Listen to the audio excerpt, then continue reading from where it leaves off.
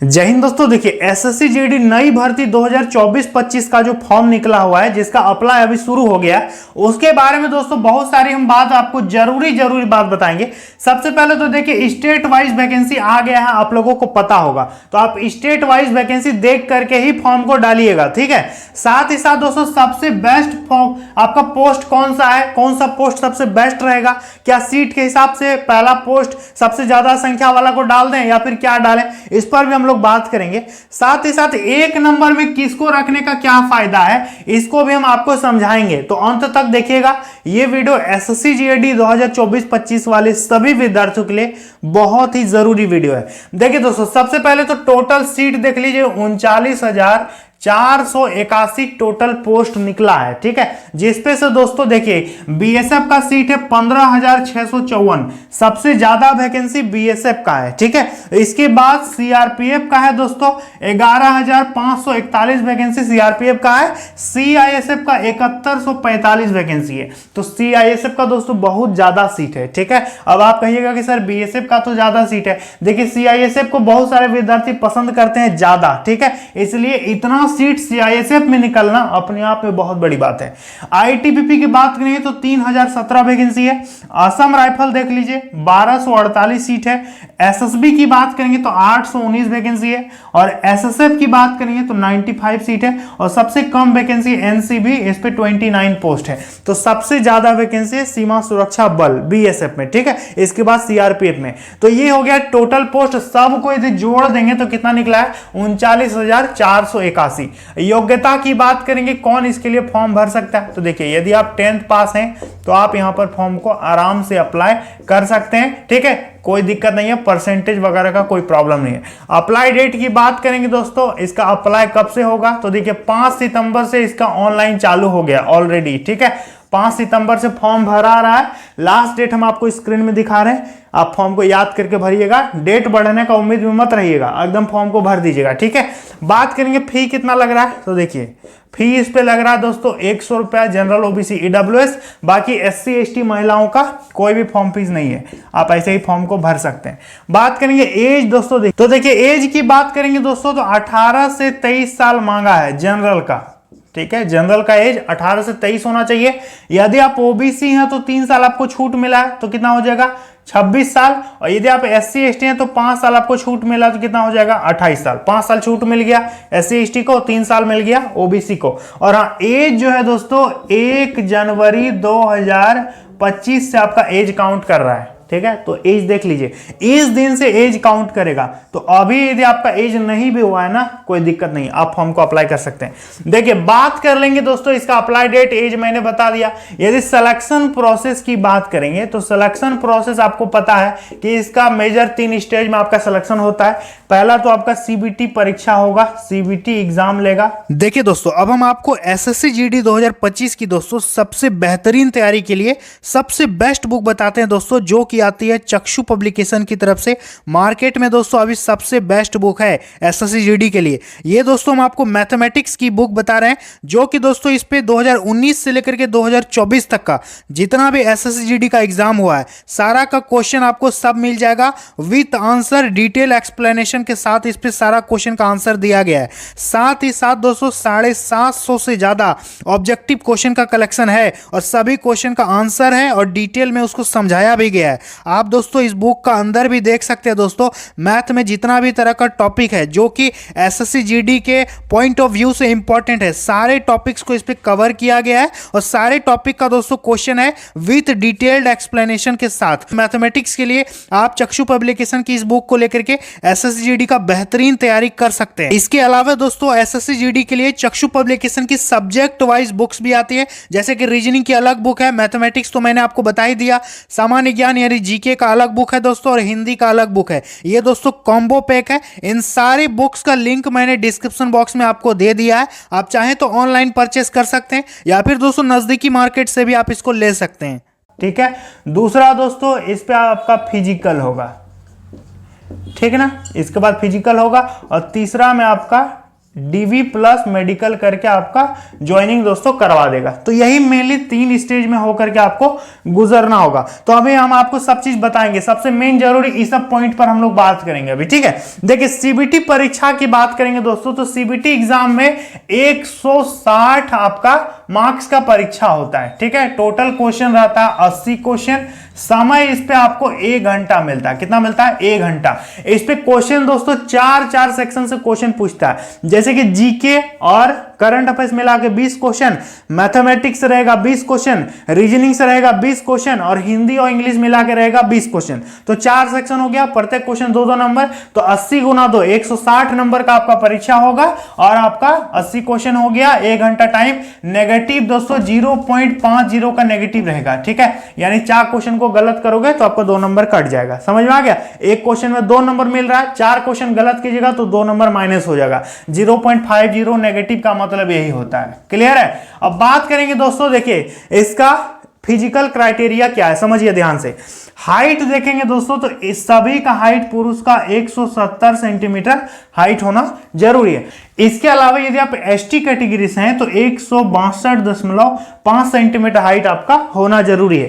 साथ ही साथ दोस्तों यदि आप स्पेशल एरिया से बिलोंग करते हैं, जैसे हिली क्षेत्र से बिलोंग करते हैं, आप गढ़वाली है, कुमाऊनी है, डोगरा है, मराठा है, नॉर्थ ईस्ट से बिलोंग करते हैं, सिक्किम, अरुणाचल प्रदेश, मणिपुर, ये सब राज्य, त्रिपुरा, ये सब राज्य से बिलोंग करते हैं, तो आपका भी हाइट में दोस्तों छूट मिलेगा, ठीक है। देखिए महिलाओं का बात करेंगे तो 157 सेंटीमीटर सभी महिलाओं का होना चाहिए और ST कैटेगरी का 150 सेंटीमीटर हाइट इनका जरूरी है, ठीक है। बात करेंगे चेस्ट दोस्तों कितना मांगा है, तो चेस्ट देखिए 80 से लेकर के 85 सेंटीमीटर चेस्ट जरूरी है, 80 से 85 तक। और यदि बात करेंगे दोस्तों ST कैटेगरी का कितना, तो 76 से लेकर के 81 सेंटीमीटर तक इनका चेस्ट का रिक्वायरमेंट है, ठीक है। फीमेल की चेस्ट की रिक्वायरमेंट नहीं होती है। क्लियर है? रनिंग का बात करेंगे, रनिंग कितना होगा, तो देखिए रनिंग में आपको किसी भी प्रकार का कोई छूट नहीं है। इस पे आपको 5 किलोमीटर दौड़ाएगा, टाइम मिलेगा 24 मिनट। कितना मिलेगा?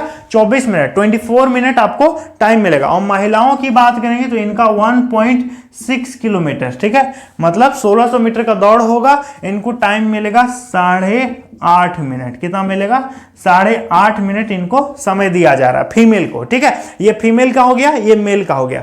देखिए, और ये हमने आपको सिलेबस बता दिया।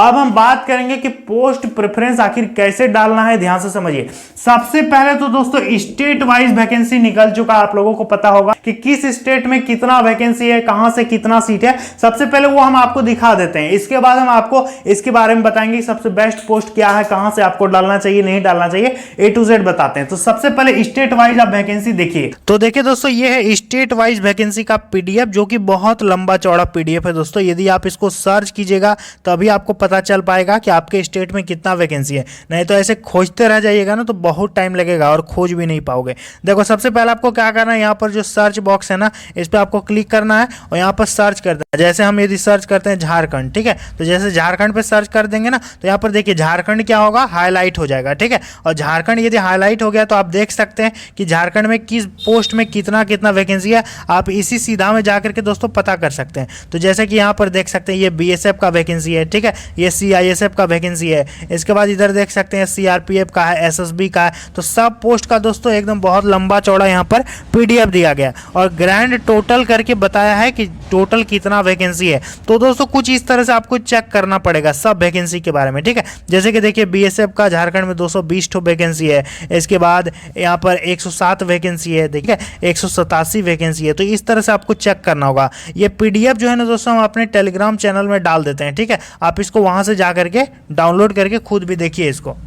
तो दोस्तों आप लोगों ने देखा, मैं इसको टेलीग्राम में दे दूंगा, आप वहां से डाउनलोड कर लीजिएगा। सबसे बेस्ट पोस्ट कौन सा है, तो देखिए दोस्तों सबसे बेस्ट पोस्ट जो है ना सबका अपना अपना हिसाब से अलग अलग होगा। आपको दो तीन चीज देखना है। एक, पहला तो ये देखना है कि आपके राज्य में सबसे ज्यादा वैकेंसी किस पोस्ट के लिए है, ये देखना है। दूसरा, आपको किस फोर्स में जाने का मन है, ये देखना है। और तीसरा देखना है कि जिस फोर्स को आप चुन रहे हैं उस पर सीट कैसा है, उसको जॉब प्रोफाइल क्या है, ये सब आपको देख करके ही फॉर्म को भरना होगा। तो देखिए सबसे बेस्ट पोस्ट की बात करेंगे ना तो मेरे हिसाब से दोस्तों आपके लिए सबसे बेस्ट पोस्ट क्या है, देखिए सबका अपना अपना अलग अलग चॉइस होता है, लेकिन कुछ विद्यार्थी क्या चाहते हैं कि हम ऐसा फोर्स चुने जिसपे उतना ज्यादा मतलब संवेदनशील ना हो, आराम से ड्यूटी हो, जैसे कि आपका CISF है, ठीक है।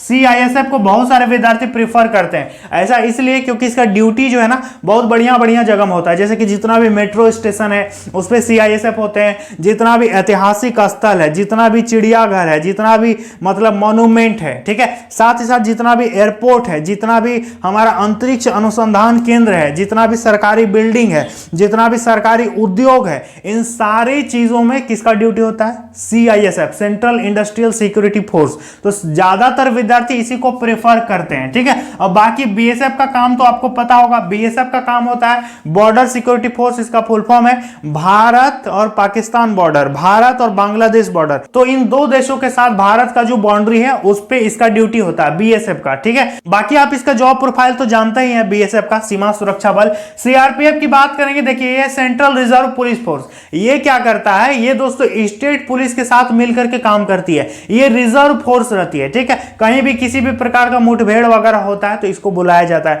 जैसे कि आपने छत्तीसगढ़ में जितना भी नक्सल अभियान अभी हुआ है, जितना भी पास्ट में हुआ है, सब में आपने देखा होगा कि छत्तीसगढ़ पुलिस भी होगी, साथ में CRPF की भी बटालियन उसमें साथ में रहती है। जैसे झारखंड में, बिहार में जितने भी नक्सल ऑपरेशन होते हैं उस पे स्टेट पुलिस तो रहते ही रहती है, साथ में CRPF को भी बुलाती है। इसके अलावा किसी भी प्रकार का देश में किसी भी प्रकार का मुसीबत आता है, कोई दंगा होता है या कुछ भी होता है तो CRPF को बुला लिया जाता है, ठीक है। इसका मेन काम यही होता है। CISF हमने आपको बता दिया। ITBP देखिए, Indo Tibetan border police, Bharat तिब्बत चीन सीमा बॉर्डर पर इसका ड्यूटी होता है, ठीक है। इसके अलावा इस पे ज्यादा जानने की जरूरत नहीं है। असम राइफल की बात करेंगे तो असम राइफल दोस्तों आपको पता है कि हमारा जो नॉर्थ ईस्ट का भाग है, जिसपे 7 सिस्टर है, 7 राज्य, 7 बहनें हैं ना, जैसे कि आपका मणिपुर है, सिक्किम है, अरुणाचल प्रदेश है, जैसे कि आपका त्रिपुरा है, तो इन सारे राज्यों की सुरक्षा की जिम्मेदारी असम राइफल के पास होती है, ठीक है। असम राइफल ऐसा नहीं कि सिर्फ असम में है, ये 7 राज्यों की सुरक्षा करती है असम राइफल, ठीक है। तो इसका ड्यूटी यही होता है। SSB का बात करेंगे दोस्तों, देखिए SSB दोस्तों सशस्त्र बल है, इसका भी ड्यूटी सीमा पर ही होता है, बॉर्डर में होता है, लेकिन BSF और इसमें अंतर है दोस्तों। BSF का ड्यूटी पाकिस्तान और बांग्लादेश बॉर्डर पर होता है, और SSB का ड्यूटी जो भी मतलब शांति वाला एरिया है वहां होता है, जैसे कि Nepal Bharat border, Sri Lanka Bharat border, Bhutan Bharat border, Myanmar Bharat border, इन सारे क्षेत्र पे SSB को लगाया जाता है, जो कि शांतिपूर्ण एरिया है, ठीक है। इसके बाद SSF, ये भी दोस्तों काफी बढ़िया फोर्स होता है, और NCB आप लोग जानते हैं, नारकोटिक्स कंट्रोल ब्यूरो, ये दोस्तों अलग फोर्स होता है। तो काफी बढ़िया बढ़िया पोस्ट है, इस सबको खैर विद्यार्थी सबसे लास्ट में ही रखता है। देखिए यूजुअली आप करिएगा क्या, यदि आप सोचिएगा, थोड़ा दिमाग लगाइएगा, तो आप CISF को 1 नंबर में रख लीजिएगा, ठीक है, क्योंकि इस पे जॉब प्रोफाइल काफी अच्छा है। इसके बाद दूसरा नंबर में आप BSF को रख सकते हैं, इसके बाद CRPF को रख सकते हैं, इसके बाद आप सीट के हिसाब से जा सकते हैं। पहले आप एक ऐसा पोस्ट को चुनिए जो आपका मन है, जो आपका इच्छा है, उसको पहले चुन लेना, इसके बाद सीट के हिसाब से आप फॉर्म को डाल दीजिएगा। सबसे बढ़िया तरीका तो मुझे यही लगता है, ठीक है। पहले अपना इंटरेस्ट को देखो कि हम किस पे जाना चाहते हैं, इसके बाद दूसरा तीसरा नंबर में आप वो सब डाल दीजिए, कोई दिक्कत वाली बात नहीं है। समझ में आ गया? तो कुछ इस तरह से आपको पोस्ट प्रेफरेंस चुनना है। अब आप मुझे बताइएगा कि आप कौन सा पोस्ट प्रेफरेंस लेना चाहते हैं। अब जैसे कोई BSF बनना चाहता है तो वो तो 1 नंबर में रखेगा ही रखेगा इसको, ठीक है। समझ में आ गया? तो यही दोस्तों कुछ बातें होती है, तो ये हमने आपको बता दिया। तो 1 नंबर में रखने का फायदा क्या है कि वो आपको मिलेगा। 1 नंबर में रखने का फायदा ये है कि आपका जो सिलेक्शन होगा आपको वही वाला देगा, 1 नंबर वाला ही देगा। 99% चांस है कि आपको वही वाला पोस्ट अलोकेट करेगा, ठीक है। तो आप 1 नंबर में रखने का यही फायदा है दोस्तों। तो उम्मीद है दोस्तों मैंने आपको बढ़िया ढंग से सब चीज समझा दिया है। किसी भी प्रकार का और जानकारी पाने के लिए चैनल को सब्सक्राइब कीजिएगा, घंटी को ऑल पे प्रेस करके रखिएगा। चलिए मिलते अगली वीडियो में। जय हिंद।